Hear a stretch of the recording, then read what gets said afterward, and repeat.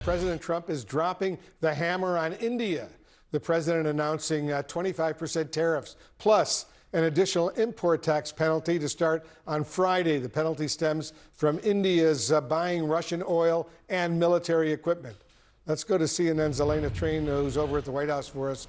Elena, Trump has often touted a very close relationship with India's President Modi. How could this decision, this latest decision, impact that relationship?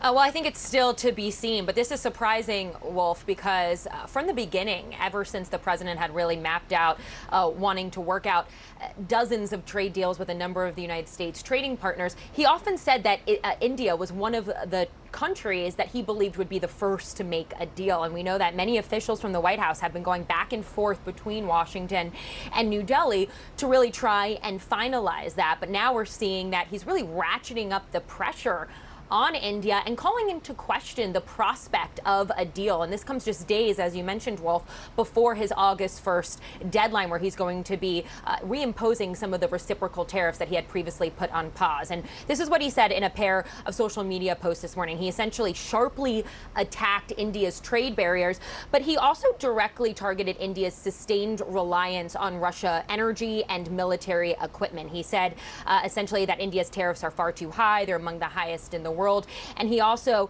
said specifically that they are, quote, Russia's largest buyer of energy along with China at a time when everyone wants Russia to stop the killing. Now, he, as you said, doubled down on his threat to impose a tariff of 25% on all imports from India beginning this Friday, a little bit higher than the average we've seen him strike with other different countries. And all of this comes, and from what we're hearing from officials here in the Trump administration, is that really the president is emboldened by his recent trade agreements with Japan and the European Union, kind of leading him to take a much harsher stance as we get closer to that Friday deadline. Now, we did hear from the president's National Economic Council Director, Kevin Hassett, this morning, who was trying to break down to reporters some of the president's frustrations here. He essentially said that he believes that the president is frustrated with the progress that they've made and feels that a 25% tariff will address and remedy the situation. He argued that tariffs on India could cause them to reconsider their practices. So stay tuned for all of that, Wolf. We will stay tuned for sure. Elena Treen at the White House, thank you very much. Now, even before that, the Trump administration is vowing to slap a 50% tariff on Brazilian goods. Brazil says that it hopes to negotiate over that. Trump has linked the tariff threat to the prosecution of his ally, Brazil's former president, Jair Bolsonaro. Well, India could also face higher U.S. tariffs next month, the White House threatening to hike them to 25% if there's no trade agreement by Friday. Here to discuss is the chief economist for the Navy Federal Credit Union, Heather Long. Heather, it is good to see you. Where to begin? Let's pick up on this new threat from the president as it relates to a trade deal with India. It's clear that negotiations are at an impasse right now as the August 1st deadline is fast approaching. The president said he won't extend this deadline. That includes a number of countries that haven't secured a deal, including India, Canada, Mexico, and South Korea. But as it relates to India, what is notable is that he also, for the first time, really threatened those secondary sanctions against Russia via India, given that India has continued to buy oil from Russia. What do you make of that threat? And talk about the impact of being at this impasse, specifically with a country as large as India. Yes, this is certainly one of the never a dull day in trade policy, as you're saying.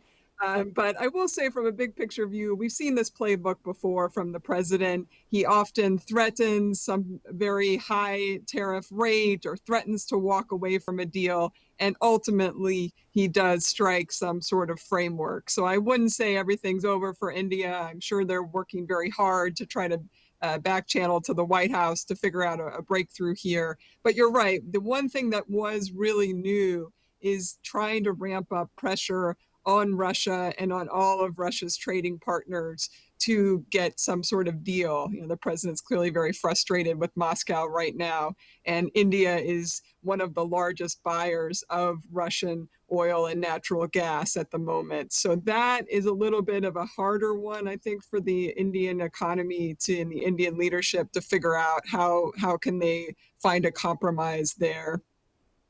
And as it relates to China, we know that deadline is actually August 12th, not this Friday. Nonetheless, it is fast approaching. And the fact that we have failed to reach a deal between China and the United States, what risks really are facing both the United States and I would say the global consumers if, in fact, there is no deal?